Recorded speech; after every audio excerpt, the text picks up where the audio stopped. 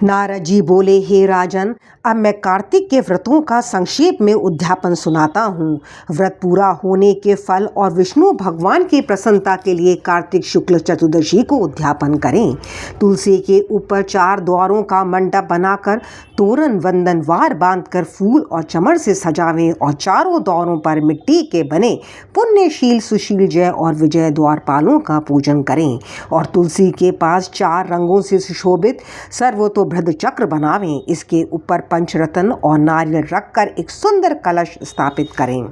फिर वहां शंख चक्र गदाधारी पीतांबर से युक्त लक्ष्मी सहित विष्णु भगवान की स्थापना करके पूजन करें।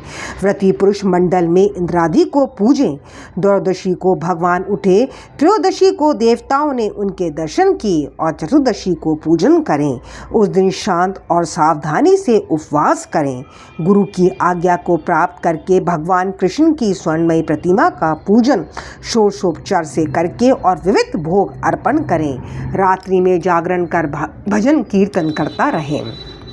प्रातःकाल उठकर नित्य नैमित्त कर्म करें, पश्चात हवन करें, ब्राह्मणों को भोजन करावें, धन का लोभ छोड़ यथाशक्ति दक्षिणा देवें, उपवास कर ऐसे वैकुंठ को पावें। इस वैकुंठ चतुर्दशी को के महत्व को देवता और शेष जी 100 वर्ष में भी नहीं कह सकते। जो भगवान चक्रपाणी के जागरण में भक्ति पूर्वक आंगन में गायन और नृत्य करते हैं, उनको सहस्र गौं के दान करने का फल मिलता है। इस दिन विष्णु भगवान मत्स्य रूप हुए थे, अतः उनको प्रसन्न करने के लिए इस तिथि में उन ब्राह्मणों को खीर आदि अन्न का भोजन करावें तथा अतो देवा मंत्रों से तिल और खीर का हवन करें। तत्पश्चात यथाशक्ति दक्षिणा दें और नमस्कार करें, जिनके करने से अक्षय फल मिलता है। फिर विधि पूर्वक कपिला गौ का पूजन करें और उपदेश करने वाले गुरु को सपत्नीक वस्त्र आभूषण से सुसज्जित कर समापन करावें।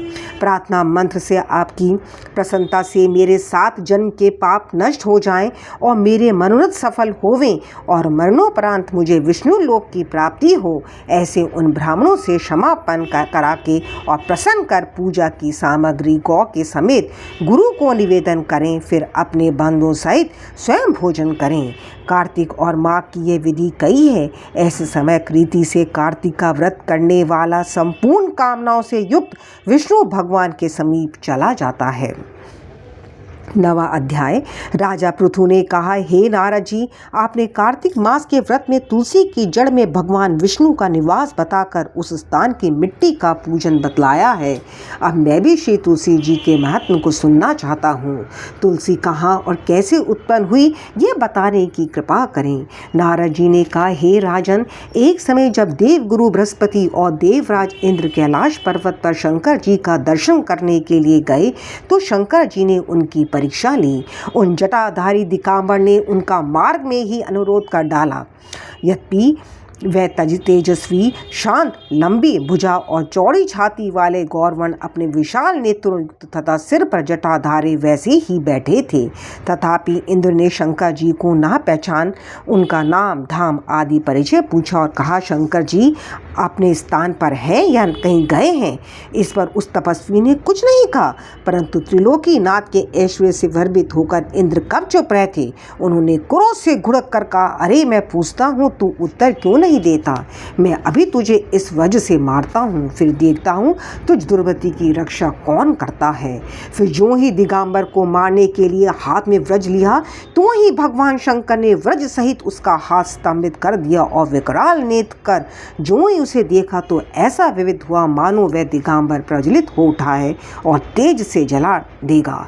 भुजाएं स्तंभित होने से इंद्र के क्रोध और दुख का अंत ना रहा, परंतु जो ही बृहस्पति जी ने उसको प्रज्वलित देखा तो ही अपनी बुद्धि से उनको भगवान शंकर जानकर प्रणाम किया और इंद्र को भी उनके चरणों में गिराया। फिर बृहस्पति जी बोले, हे दीनानाथ, अपना क्रोध रोककर इंद्र का अपराध क्षमा कीजिए। बृहस्पति जी के कवच सुनकर महेश्वर गंभीर वाणी में बोले, मैं अपने नेत्रों से निकले क्रोध को कैसे रोकूं?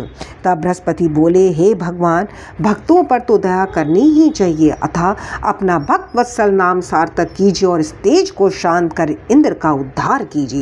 तब भगवान शंकर ने कहा, मैं तुम्हारी स्तुति से प्रसन्न हूँ जो तुमने इंद्र को जीवन दान दिलाया।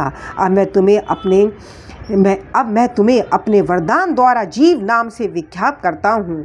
मेरे नेत्रों की अग्नि अब इंद्र को पीड़ित नहीं करेगी। ऐसा कह शंकर जी ने अपने माथे से निकले हुए तेज को लेकर शील सागर में डाल दिया। फिर लीलाधारी भगवान अंतर्धान हो गए। इंद्र और बृहस्पति दोनों भय से मुक्त होकर परम सुखी हुए। इस प्रकार जिनको जानने की इच्छा थी उन्हें जानकर इंद्र और बृहस्पति अपने स्थान को चले गए। हरे कृष्णा।